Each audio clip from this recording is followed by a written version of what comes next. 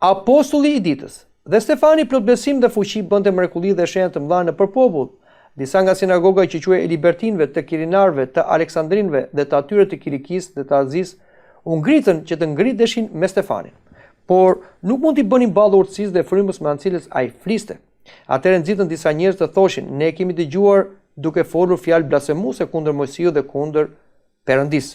Dhe ngacmuan popullin plej dhe skribët dhe Jusulën e kapën dhe e çuan te Sinedri. Pastaj paraqitën dëshmimtar të rem të thoshin: "Ky njeri nuk pushon së folur fjalë blasfemie kundër këtij vendi të shenjtë dhe kundër ligjit. E kemi dëgjuar në fakt duke thënë se ky Jesui, Nazareasi, do të rënojë këtë vend dhe do të ndryshojë rritet që na ka dhënë Mojsiu." Dhe gjithë ata që rinin në Sinedër i ngulën syt në të dhe pan fytyrën e tij po si fytyrë e një angjëlli. Atëherë kryeprifti i tha: "A janë këto gjëra pikërisht kështu?" Ai tha: "Vëllezër dhe etër, dëgjoni. Perëndia i lavdisur shfaqi Abrahamit tatin ton kur ishte në Mesopotami, përpara se të banonte në Haran. Dhe i tha: "Dil prej vendit tënd dhe prej farefisë tënd dhe shko në vendin që unë do të tregoj." Atëherë ai doli nga vendi i Kaldeasve dhe banoi në Haran. Prandaj mbasi i vdiqi ati, Perëndia i bëri të vijë në këtë vend ku banoni ju tani. Ai nuk i dha kur fare trashëgimie as edhe vend për të vënë një këmbë, por i premtoi t'i jap përpron atij dhe pasardhësve të tij pas tij, kur ai ende s'kishte asnjë fëmijë. Por që Solomoni, ai që ndërtoi një shtëpi, por shumë i lartë, nuk banon në tempuj të ndërtuar nga dora e njeriu, sikurse thot profeti: "Qielli është froni im dhe toka stoli i këmbëve të mia. Çfarë shtëpie do të ndërtoni ju, thot Zoti, ose cili do të qejë vendi i pushimit tim? A nuk i bëri të gjitha këto gjëra dora ime?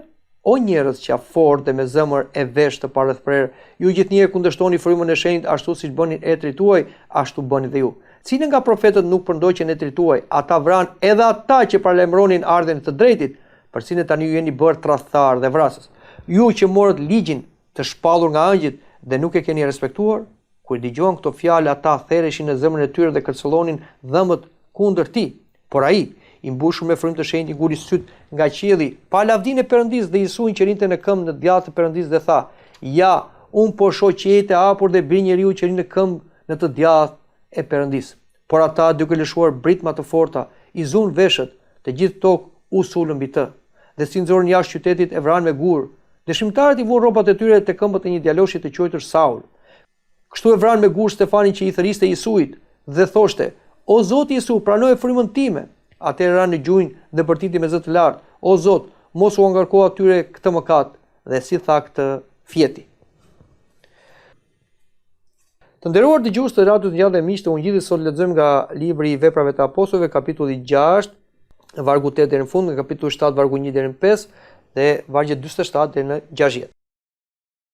Dhe vargu 8 i kapitullit 6 thot: "Dhe Stefani plot besim dhe fuqi bënte mrekulli dhe shenja të mëdha nëpër popull." Ktu na tregohet për Shën Stefanin, dhjakun e parë, i cili së bashku me dhjakonet të tjerë u zgjodh nga kisha e Jeruzalemit për të ndarë ushqimet tek të vejat e jetimët. U krijoi një problem në kishën e Jeruzalemit se ushqimi nuk ndahej në mënyrë korrekte. Atëherë pati ankesa tek apostujt dhe ata thanë: "Ne nuk mund ta lëmë shërbesën e fjalës. Pra zgjidhni 7 burra plot me besim dhe frymë të shenjtë dhe silleni që ne t'ju vëmë duart mbi ata dhe ata të kryejnë pra të shërbim, pra të ndajnë ushqimin në mënyrë të barabartë." Dhe mbasi zgjodhen 7 burra, i sodën tek apostujt dhe apostujt vënë duart mbi ta dhe ata filluan shërbesën e diakonisë. Por shërbesja e diakonisë nuk ishte vetëm për të ndarë ushqimin, por siç e shikojmë se Stefani, diakoni i parë, përhapte dhe lajmin e Zotit dhe mësimin e apostujve dhe fjala e tij shoqëroi me mrekulli dhe shenja të mëdha nëpër popull. Në vargu 9 na thuhet se disa nga sinagoga që quhej libertinëve, të kirinarëve, të aleksandrinëve dhe të atyre të Kilikis dhe të Azis u ngritën që të ngriteshin me Stefanin. Pra, këtu na tregohet për ata të sinagogës dhe bëhet fjalë për judejt, të cilët ishin kundër kishës, ishin kundër apostujve, sepse ishin vetë kundër Krishtit, dhe kishin disa sinagoga të ndryshme të libertinëve, kirinarëve, të aleksandrinëve dhe të Kilikis dhe të Azis. Pra, judejt të cilët kishin qenë në diasporë në vende të ndryshme kishin ardhur përsëri në Jeruzalem dhe aty kishin ngritur sinagogat e tyre. Por të gjithë ishin bashkuar dhe ngrindeshin me Stefanin. Dhe në vargun 10 thot: "Por nuk mund t'i bënin ballë urtësisë dhe frymës me anë cilës ai fliste." Kishte një debat dogmatik ndërmjet këtyre judejve të sinagogës dhe Stefanit, por ata nuk mund t'i bënin ballë sepse Shën Stefani nuk fliste thjesht me arsyetim njerëzor, por fliste me hirin e Shpirtit Shenjtë. Vetë Zoti Krishti kishte thënë apostujve që mos keni frikë se çfarë do thoni kur dini përpara mbretëve, përpara kundërshtarëve tuaj, sepse shpirti i Atit do t'ju frymëzojë, do ndërçojë dhe armiqtë tuaj nuk do kenë t'ju bëjnë ballë. Pra, kështu edhe Stefani ishte i mbushur me Shpirtin e Shenjtë, kishte bekimin e apostujve, prandaj dhe fjala që ai thoshte ishte fjala e Zotit dhe aq më tepër ai shoqëroi me shenja të mëdha dhe mrekulli. Dhe duke qenë se ata humbën në dialog, atëherë doli likësia e tyre. Dhe këto na jepen në vargjet më poshtë. Në vargu 11 thotë, atëherë nxitën disa njerëz të thoshin, ne kemi dëgjuar duke folur fjalë blasfemuese kundër Mojsiut dhe kundër Perëndisë. Duke qenë pra si tham se ata dështuan në diskutime Stefanin, atëherë filluan intrigat dhe akuzat e rreme. Dhe me zë të lartë thanë, ne kemi dëgjuar duke folur fjalë blasfemuese kundër Mojsiut dhe kundër Perëndisë. Judejt ishin shumë të dhënë kundër blasfemisë dhe kundër Mojsiut. Mojsiu është një nga profetët më të spikatur në Dhjetën e Vjetër dhe për judejt ai ishte ndërmjet Perëndisë edhe tyre, sepse nëpërmjet Mojsiut u dha ligji dhe judejt ishin të mbështetur në zbatimin e ligjit dhe kundër Perëndisë, patjetër që emri i Perëndisë është shumë i shenjtë dhe judejt ishin shumë të kujdesshëm që mos blasfemojë emri i Perëndisë. Dim që dhe akuza që u bë Krishtit ishte se ai u quajt blasfemues nga judejt, sepse e bënte veten një me Perëndin. Ata i thanë, ne nuk të godasim me gur se ti bëre mëkat, por ne të godasim se ti blasfemon se bën veten një me Perëndin, pra birin e Perëndisë.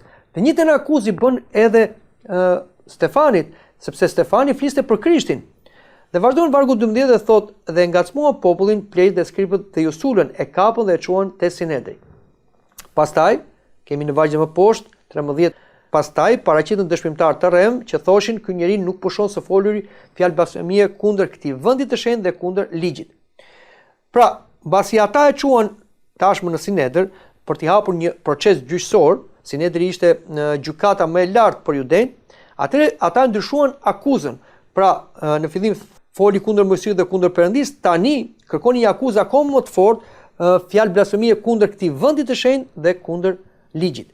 Dhe në vargun 14 thotë, e kemi dëgjuar në fakt duke thënë se Jesui Nazareasi do të ranojë këtë vend dhe të ndryshojë rritet që na ka dhënë Mojsiu. Është e njëjta akuzë që u bë dhe Krishtit. Mbani mend kur Zoti Krisht u vu përpara Sinedrit, Kajfës dhe Anës, atëherë dolën dëshmimtar të rinj që thanë, dhe ky ka thënë që unë do ta shkatroni këtë tempull dhe unë do ta rindërtoj për 3 ditë. Por Zoti nuk ishte thënë për tempullin me gur, por kishte thënë për trupin e tij. Pra, e njëjta akuzë, siç tham, ju bë Krishtit, e njëjta akuzë ju bë edhe diakonit Stefan. Dhe në vargun 15 thotë, dhe të gjithë ata që rinin në Sinedër i ngulën syt në të dhe pa fytyrën e tij po si fytyrë e një angjëlli. Sinedri dëgjoi akuzat dhe patjetër që këto që janë akuza shumë të rënda dhe nëse provoheshin, atëre personi dënohej me vdekje, me vrasje me gur, por kemi një paradoks këtu. Pra ata ngulën syt për të parë fytyrën e Stefanit, sepse një blasfemues patjetër duhet të kishte një fytyrë të zezë, të errët, se ai kundërshtonte Perëndin, por fytyra e tij ishte po si fytyra e një angjëlli. Dhe kjo është dëshmi që u dha këtyre judejve Cmirzi dhe Shpifës, se Shën Stefani nuk ishte duke blasfemuar, por ishte duke thënë të vërtetën. Dhe këtë tregonte fytyra e tij e ndriçuar nga hiri i Perëndisë. Dhe vazhdojmë lexojmë poshtë në kapitullin 7, vargu 1 na thuhet. Atëherë kryeprifti tha, a janë këto gjëra pikërisht kështu? Shën Stefani e fillon mbrojtjen e tij me Abrahamin, jo më kot, sepse dim që Abrahami është ati i popullit Izraelit, nëpërmjet Abrahamit, Isakut dhe Jakobit filloi populli i Izraelit, dhe aq më tepër judejt thoshin me mburje ne mi bitë Abrahamit. Por Perëndia bërë një beslidhje me Abrahamin jo nëpërmjet veprave të ligjit, por nëpërmjet premtimit. Sepse Perëndia i tha Abrahamit, dil prej vendit tënd, prej farefisit tënd dhe shko në vendin që unë do të tregoj. Dhe më poshtë në vargun 5, ai nuk i dha kurfar trashëgimia, as dhe vend që të vëjë një këmbë, por i premtoi t'i jap përpronën atij dhe pasardhësve të tij pas tij, kurse ai ende s'kishte asnjë fëmijë. Pra, siç tham, Shën Stefani e përmend Abrahamin për treguar se kjo ishte një beslidhje premtimi dhe Abrahami besojnë në fjalët e Perëndisë, pa zbatuar ligjin. Ndryshe nga ajo që pretendonin judejt se shpëtimi ju vjen atyre duke zbatuar ligjin. Dhe vazhdojmë dhe lexojmë në vargjet e tjera. Vargu 47 thot: po që Solomoni ai që ndërtoi një shtëpi. Pra, djaku Stefan vazhdoi mbrojtjen e tij duke përmendur Solomonin, i cili ndërtoi një shtëpi, pra ndërtoi tempullin e Perëndisë që ishte në Jeruzalem. Solomoni që biri Davidit dhe Davidi që mbreti i Izraelit, dhe ai pushtoi Jeruzalemin dhe bëri kryeqytet të Izraelit dhe dëshironte që aty të ndërtonte një shtëpi Perëndisë, pra një tempull prej guri, duke thënë: "U ri në shtëpi të ndërtuar me dru kedri, kurse Perëndia rini i tend, dhe nuk do vë gjumë në sytë e mi pa bërë një shtëpi Perëndisë." Por Perëndia nuk e lejoi Davidin të ndërtonte një shtëpi sepse Davidi ishte një luftëtar, ai kishte duar me gjak dhe prandaj nuk u lejua, por u lejua Solomoni, që ishte biri Davidit dhe ai nuk bëri në një luftë. Kjo është edhe një nga rregullat që kemi në kishën tonë ortodokse, pra askush nuk mund të bëhet klerik në kishën tonë ortodokse, pra të futet në hierore dhe të kryejë misteret e kishës, nëse i ka duart me gjak, pra ai mund të ketë bërë dhe një luftë të drejtë, por mund të ketë vrarë. Dhe vazhdojmë dhe hyjmë në temën që kemi dhe jo më kot e përmend djaku Stefan në tempullin. Por çfarë thot vargu 48 dhe 49? Por shumë i larti nuk banon në tempuj të ndërtuar nga dora e njeriut, sikurse thot profeti: "Qedhi është froni im dhe toka stoli këmbëve mia, çfarë shtëpie do ndërtoni ju, thot Zoti, ose cili do të qejë vendi i pushimit tim?" Dhe vargu 50, pa nuk i bëri të gjitha këto gjëra dora ime? Pra, judejt ishin të fiksuar të tempulli dhe e kishin kufizuar Perëndin brenda tempullit tyre. Dhe sipas mendimit tyre, kombet nuk kishin të bekuar nga Perëndia. Dhe ky binte ndesh me atë çfarë Zoti dëshironte dhe atë çfarë tha vetë Zoti Krisht, që dojini pra edhe paganët, madje vetë Zoti Jezu Krisht bëri mrekulli tek paganët. Dhe ai i dërgoi apostujt shkonin në gjithë kombet dhe të predikonin lajmin e mirë, që kush do besojë dhe të pagëzohet në emër të Atit, Birit dhe Shpirtit Shenjtë do shpëtojë. Pra, kisha e Krishtit nuk është e kufizuar si tempulli ose sinagoga e judejt në një vend, por është e përhapur në të gjithë botën. Dhe Zoti nuk i ka dhënë bekimet vetëm tek populli izraelit, por të gjithë popujt, dhe nga të dy këta popull ka bërë një popull të ri që është populli i krishterë. Këtë nuk arrin dot ta kuptonin judejt. Dhe djaku Stefan ishte duke folur me të njëjtën frym, ashtu si edhe foli Zoti me fjalët e tij tek gruaja samaritane. Njësu i tha: "O grua, më beson, vjen ora që as mbi këtë mal, as në Jeruzalem nuk do të adhuroni Atin. Ju adhuroni atë që se njihni, ne adhurojmë atë që njohim se shpëtimi vjen nga judejt. Por vjen ora, madje ajo ka ardhur, që adhuruesit e vërtet të adhurojnë Atin në frym e në të vërtet, sepse të tillë janë adhuruesit që kërkon Ati." Gjithashtu, profeti Isaia kishte paralajmëruar judejt që ndërtesat nuk janë ato që Perëndia kërkon. Në të vërtet, Perëndia kërkon ndryshimin moral. Perëndia nuk është një njeri që nuk ka shtëpi, pra pa banesë, edhe ne po i bëjmë shtëpi edhe Perëndia të vi dhe qëndrojnë në atë shtëpi. Perëndia ka qedhin për fron dhe tokë, vend ku vendos këmbët. Dhe shtëpia ku dëshiron të qëndrojë Perëndia nuk është ndërtesa prej guri, është zemra e njeriut. Prandaj dhe apostulli Pavli na thot: "A nuk e dini ju që jeni tempulli i Perëndisë së gjallë? Dhe Perëndia qëndron tek ju me anë të frymës së shenjtë?"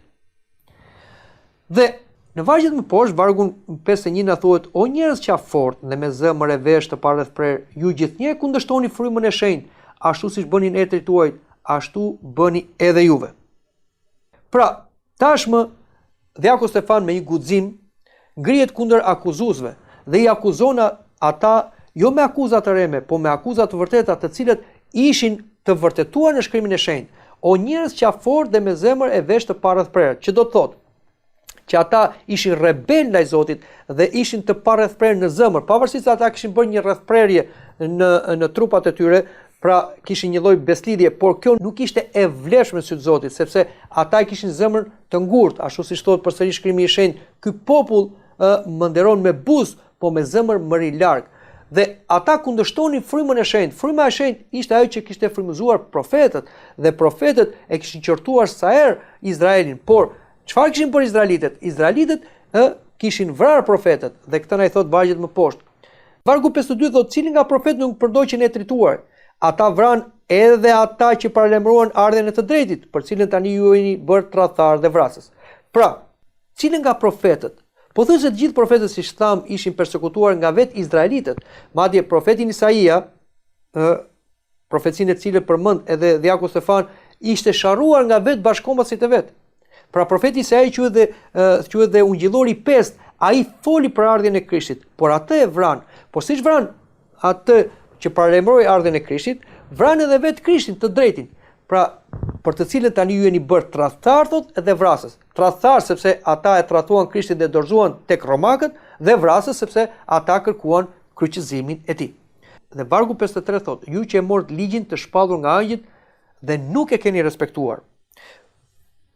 Ju ndet kishin një nderim të veçantë për angjëjt sepse i shikonin ata si zëdhënësit e Perëndis, ata që kishin dhënë ligjin, ata që mbroni ligjin, por pavarësisht ata nuk e kishin zbatuar këtë ligj, i cili ishte dhënë nga angjëjt, flasin për ligjin e dhjatës së vjetër. Ata kishin dështuar në zbatimin e ligjit, sepse po të lexojmë në dhjatën e vjetër, atje na thuhet të gjithë mëkatuan, të gjithë u përjashtuan nga lavdia e Perëndis. Prandaj ata nuk kishin pse të mbureshin përpara Djaku Stefan duke akëzuar atë si shkelës të ligjit dhe si blasfemues, sepse ata vetë ishin shkelës të ligjit dhe blasfemues. Asgjë tjetër s'ishte e nevojshme të thuaj më nga Djaku Stefan. Në të vërtetë, asgjë tjetër s'mund të thuhet. Ata ishin përpjekur ta çonin Stefanin në gjyq, por ai u bë prokurori dhe ata fajtorët. Mesazhi i tij ishte një nga fjalët përfundimtare të Perëndis dhënë kombëve jude para se u ngjidhi pasaj të përhapej te kombet. Vargu 54 dhe më poshtë thot: kur dëgjuan këto fjalë, ata theshin në zemrën e tyre dhe kërcëllinin dhëmën kundër tij, por ai mbushur me frymë të shenjtë nguli syt nga qielli, pa lavdinë e Perëndis dhe Jesuin që rinte në këmbë në djathtën e Perëndis dhe tha: ja un po shoh qetë e hapur dhe bir njeriu që rin në këmbë në djathtën e Perëndis. Kur judejt e humbur përballjen me Djaku Stefan, i cili fliste me frymën e shenjtë, pra me urtësinë e Perëndis, atëre ata u mbushën në zemrën e tyre me urrëtie dhe kërcëllinin dhëmën kundër tij, një shprehje për treguar një urrëtie e pakontrolluar. E njëjta gjë që ndodh edhe në ferr, si thotë Zoti, dhe atje ka kërcëllitje dhëmbësh, pra një urrëtie kundër Perëndis. Por ai mbushur me frymë të shenjtë, nguli syt nga qielli dhe pa lavdinë e Perëndis dhe Jesuin që rinte në këmbë në djathtën e Perëndis. Tashmë Djaku Stefan shikon nga qiejt me shpresë tek Perëndia dhe Perëndia i zbuloi një vegim. Ai pa lavdinë e Perëndis dhe Jesuin, pra Krishtin që rinte në këmbë të Perëndis. Dhe kjo ishte vula që Perëndia i dha mbrojtjes së Djaku Stefan. Pra, të gjitha ato që kishte thënë Djaku Stefan qenë të vërteta dhe vetë Perëndia i zbulonte nga qielli, sepse atë Krisht që judejt e kishin quajtur mashtrues dhe gënjeshtar, ai është biri i Perëndis dhe biri i njeriu, i cili mbasi krivi veprën e tij shpëtimtare për shpëtimin e njeriu, tashmë qëndron në këmbë përpara Perëndis i lavdëruar dhe duke u lutur Perëndis për popullin e ri, për popullin e krishterë. Edhe një. Dhe kur dëgjuan këtë dëshmi të Djaku Stefan, i cili vinte nga qielli, atëherë ata humbën tërësisht logjikën dhe vazhdon më poshtë na thon, por ata duke lëshuar britma të forta i zun veshët, të gjithë tokë e usulën mbi të. Tashmë ata judejnë që paraqiteshin si njerëz të urtë, të ditur, tashmë shfaqen si bisha që sulen mbi pren. Të njëjtën gjë që bën edhe ndaj Zotit Jesu Krisht, i cili rrugës së Golgothas shaj, mallkoi, goditej. Në vargun 58 na thuhet: dhe si e nxorën jashtë qytetit e vranë me gur. Dëshmitarët i vuan rrobat e tyre në këmbët e një djaloshi të quajtur Saul. Pra, e nxorën jashtë qytetit, pra jashtë mureve të qytetit dhe e vranë me gur Djaku Stefan, sepse një mënyrë tjetër vrasje nuk lejoi nga judejt, vetëm vrasja me gur për blasfemuesit, kurse vrasja tjetër me tortura ose me kryqëzim ishte në autoritetin e romakëve. Krishtin e kryqëzuan me kryq romakët sepse ishin vetë judejt që e dorëzuan tek autoritetet romake. Vargu 59 na thot: kështu e vranë me gur Stefanin që i thëriste Jesuit dhe thoshte: o Zot Jesu, pranoje frymën time. Mund themi se Stefani po bënte të njëjtën vdekje si Krishti, ashtu si edhe Zoti Jezu Krisht ju lut atit: o atë, në duart e tua e dorëzoj frymën time, po të njëjtën gjë thoshte edhe Stefani tek Krishti: Zoti Jesu, pranoje frymën time. Dhe vargu 60 thot, atëherë ra në gjunjë dhe përtiti me zë të lartë, o Zot, mos u angarkoa atyre këtë mëkat, dhe si tha këtë fjeti. Po ashtu edhe si Zoti Jezu Krisht mbaroi veprën e tij shpëtimtare në kryq, duke i falur armiqt, të njëjtën gjë bëri edhe djaku Stefan në martirizimin e tij. Ai përsëriti Krishtin, duke thënë pra, o Zot, mos u ngarko këtyre këtë mëkat. Dhe pastaj fjeti në Zotin, dhe fjala fjetin do të thotë që ai vdiq fizikisht, por shpirtërisht shkoi tek Perëndia, duke u gëzuar bashkë me Krishtin në të djathët të Perëndis, si i bekuari i Perëndis. Djaku Stefan është martiri i parë i kishës së Krishtit dhe ai është frymëzues për martirët e tjerë, dhe mbasi martirizimit të djaku Stefan filloi pasaj martirizimi për të gjithë kishën e Jeruzalem dhe u para pasaj në të gjithë kombet. Dëgjuat komentin e librit të veprave